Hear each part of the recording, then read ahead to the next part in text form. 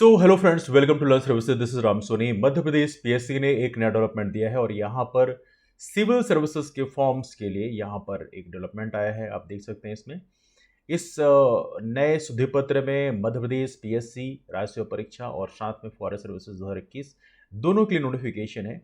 इसमें ये स्पेकुलेशन पहले से लगाया जा रहा था कि ये शायद होने की पॉसिबिलिटी है, जहाँ पर जो अभ्यर्थी हमारे मध्य प्रदेश के बाहर के हैं उनको भी आवेदन करने की सुविधा प्रारंभ की जा रही है।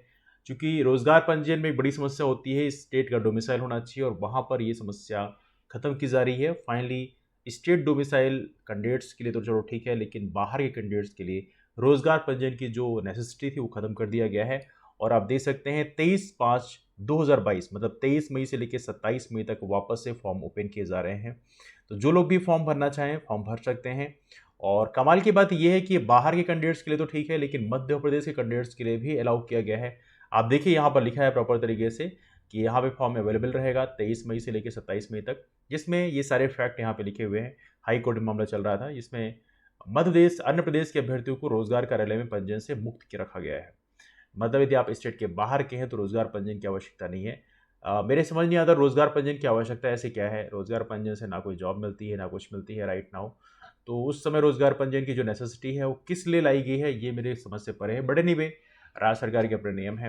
अगला है, मध्य प्रदेश के मूल निवासियों को जीवित रोजगार पंजीयन आवेदन करते समय आवश्यक नहीं होगा। मतलब जब आप फॉर्म फिल कर रहे हैं उस समय जीवित रोजगार पंजीयन यदि नहीं भी है तो समस्या नहीं होगी। बहुत सारे हमारे फ्रेंड्स के ऐसे मैसेज हमारे पास में था कि इस बार मैंने फॉर्म फिल कर दिया है उसमें, लेकिन मेरा रोजगार पंजीयन की जो वेबसाइट है वो खुलती ही नहीं है।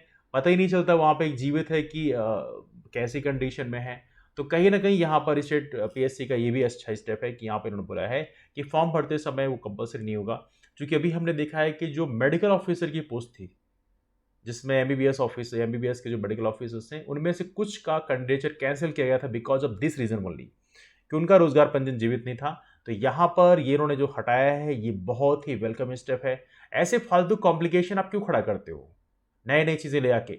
इसके अलावा मध्य शासन की सेवा में कार्यरत शासकीय जो भी बोर्ड विश्वविद्यालय स्वशासित संस्था के कर्मचारी तथा नगर से लेकर अभ्यर्थियों को विभाग कार्यालय द्वारा जारी अनापत्ति प्रमाण पत्र को मान्य किया जाएगा। तो ये भी एक बढ़िया स्टेप है, दिस इज गुड वन।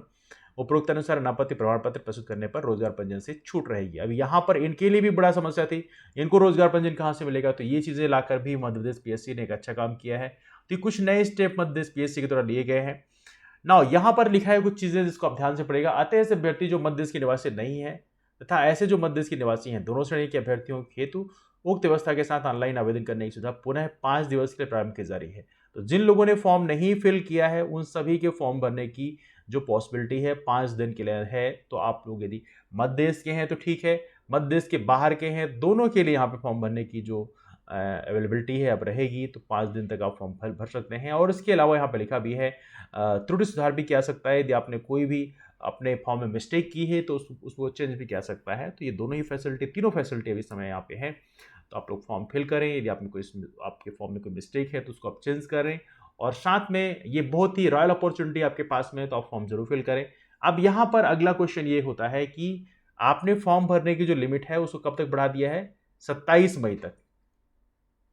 अब 27 मई तक यदि फॉर्म भरे जाएंगे तो क्या 19 जून को एग्जाम हो पाएगा।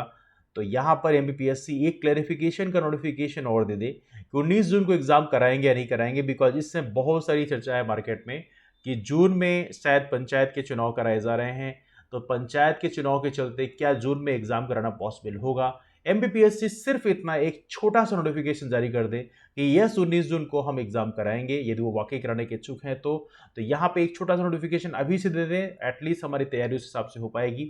एनीवे ये तो रहा हमारी तरफ से। तो आई एम श्योर एमपीपी ये वीडियो आप अधिक से अधिक शेयर करें जिससे ये इन्फॉर्मेशन एमपीपीएससी तक भी हमारी जो रिक्वेस्ट है वो पहुंच पाए। तो at least they will take some good step over this one. Now the next thing is that ये दिखाया तो एमपीपीएससी का जो एग्जाम पोस्टपोन करने का जो रवैया है ये बहुत दिनों से चला रहा है। और इवेंटली हमने देखा है कि अभी इंजीनियरिंग सर्विसेज और डेंटल सर्जन के एग्जाम पोस्टपोन किए गए हैं और पहले भी एग्जाम पोस्टपोन होते आए हैं।